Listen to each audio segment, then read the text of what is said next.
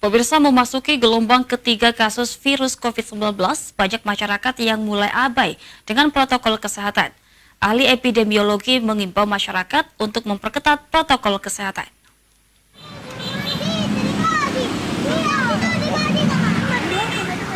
Saat ini Indonesia telah memasuki gelombang ketiga kasus COVID-19, salah satunya di Provinsi Sulawesi Selatan.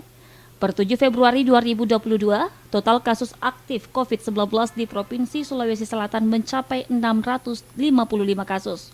Namun beberapa masyarakat Sulawesi Selatan khususnya Kota Makassar mulai mengabaikan protokol kesehatan untuk mencegah penularan virus COVID-19, salah satunya penggunaan masker. Terlihat di beberapa jalan maupun tempat-tempat umum seperti pasar, beberapa masyarakat sudah tidak lagi menggunakan masker.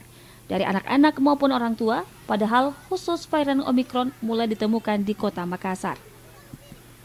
Menanggapi hal tersebut, Ridwan Amiruddin selaku ahli epidemiolog menyampaikan masyarakat harus disiplin lagi dengan protokol kesehatan untuk menekan laju pertumbuhan penyebaran virus COVID-19 30 hingga 40%. Ada kecenderungan masyarakat kita cukup abai terhadap protokol kesehatan ya, terutama penggunaan masker. Karena itu dihimbau kepada seluruh warga untuk kembali disiplin terhadap protokol kesehatan supaya peningkatan kasus Omikron ini dapat ditekan laju pertumbuhannya.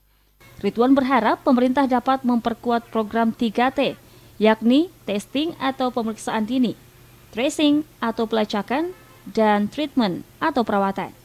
Fitri Herunisa, Celebes TV.